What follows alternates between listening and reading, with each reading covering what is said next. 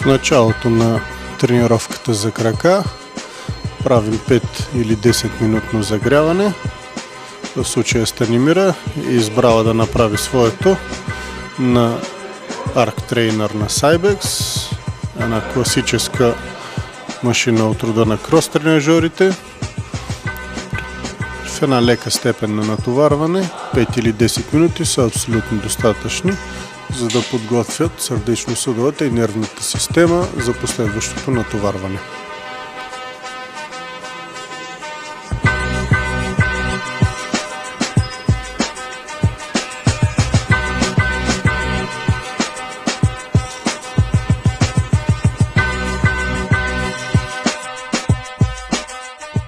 Тренировката на жените започваме, както и при мъжете, с разгъване на машина за квадрицепс. Изпълняваме 4 или 5 серии в рамките на 15-20 повторения. За разлика от тренировката при мъжете, последните повторения не са с максимално усилие, а се изпълняват до едно комфортно усещане.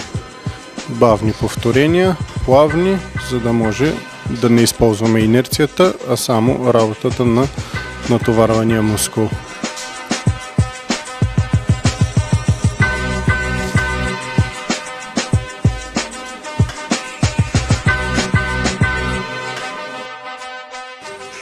Второто упражнение в днешната ни програма за жените е избутване на лег прес машина.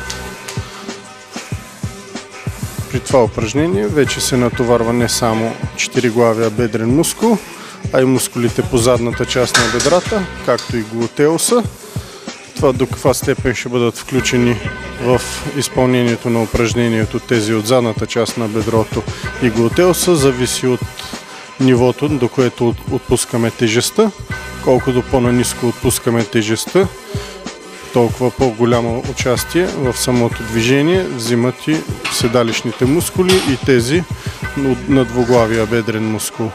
Изпълняваме 4 серии по 12-15 повторения, като отново не достигаме до фалит, а се ограничаваме само в повторенията, които предварително сме набелязали.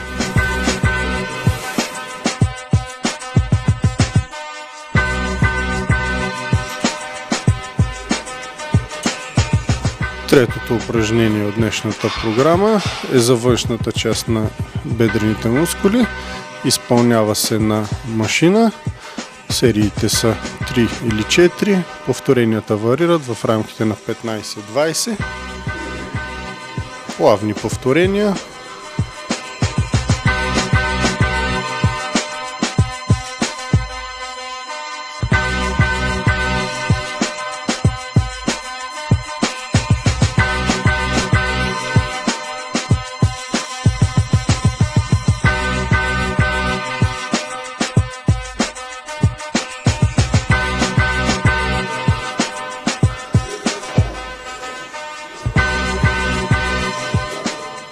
Четвъртото ни упражнение вече е за вътрешната част на бедрата. Привеждане на краката на машина. Сериите са 3-4, повторенията отново са 15-20. Не се стремим към големи тежести, работим на такива, които ни държат в зоната на комфорта. Повторенията са плавни и контролирани, без резки отпускания на тежестта, без резки вдигания.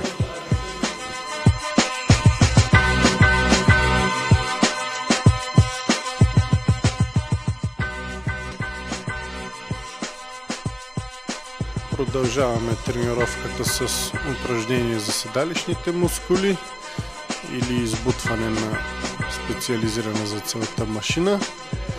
Изпълняваме 3 серии по 12-15 повторения. Стремежът е при ритането назад да се стяга съответната страна на седалищния мускул, а не да избутваме тежестта, използвайки инерцията.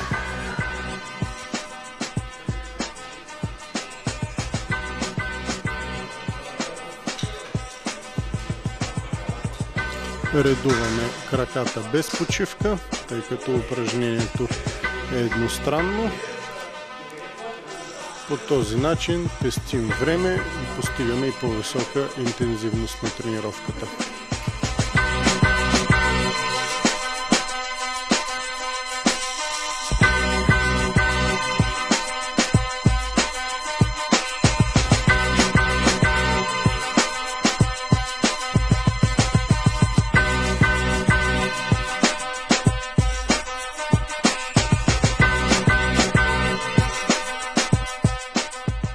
Завършваме тренировката за жени с едно упражнение за задната част на бедрото. Избрали сме в случая измежду трите налични машини. Сгъване седнал. Изпълняваме 3 серии по 12-15 повторения и с това тренировката ни приключва.